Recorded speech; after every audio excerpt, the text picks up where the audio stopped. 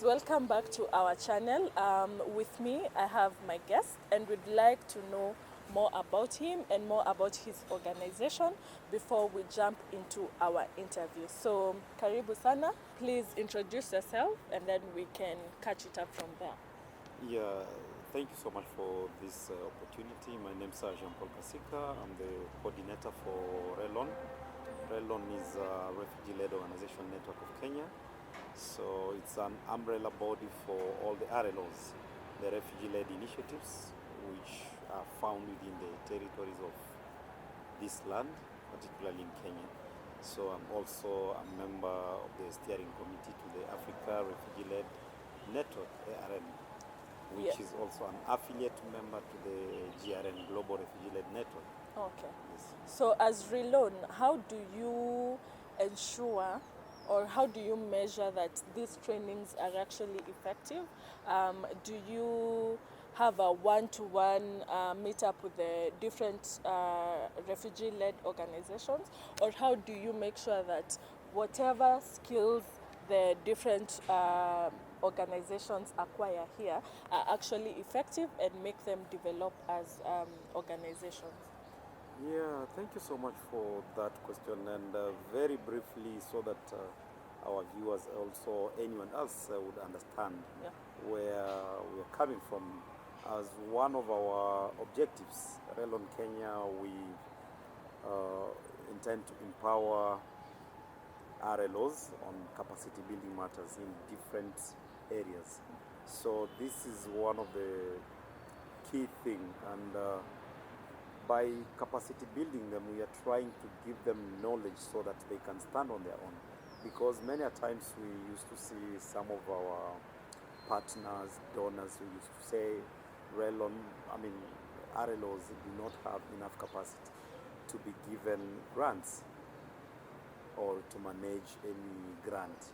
But that is not the case, and as you've seen, some of the RLOs have been trusted and have been receiving grants from different donors, funders, and most of them, they are well off and they are good to manage those fundings.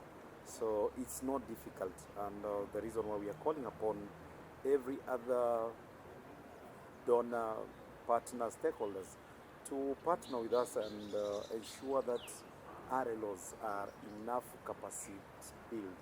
So if you think someone do not have enough capacity, why don't you give them a capacity building? Then try them with some little grant and see how they're gonna do it.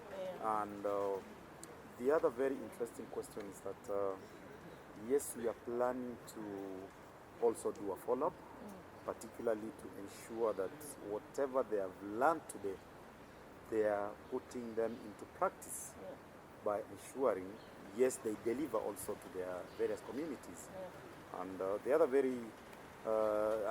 lastly, you talked about, or you asked about why RLOs. RLOs because we believe no one knows us better than we do ourselves. So RLOs, they are very closer to the community and being part of the community.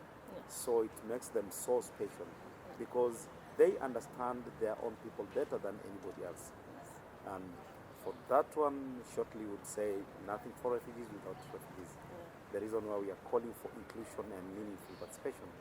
When we mean meaningful participation, even in terms of funding opportunity or in terms of partnerships, they should be fully involved or engaged, not to be considered like incentives or to be considered as just beneficiaries, rather to be considered as equal partners like any other organization. Actually, I've thought about something, and I think I should have asked this when we began, because as Relon, you deal with RLOs. So how do you define an RLO?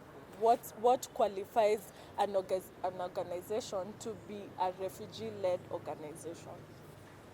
Yeah, thank you so much.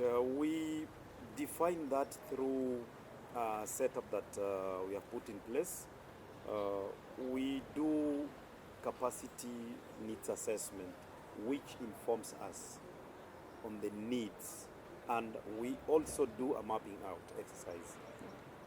And mapping out is not a one-day thing.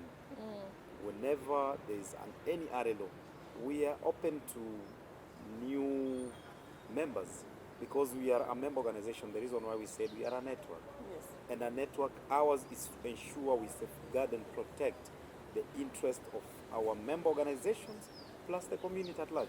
Yes. Thank you very much, our viewers, for joining us. Until next time, I was your host, Sifa Peace. Of course, do remember to like, subscribe, and share, and tell a friend to tell a friend.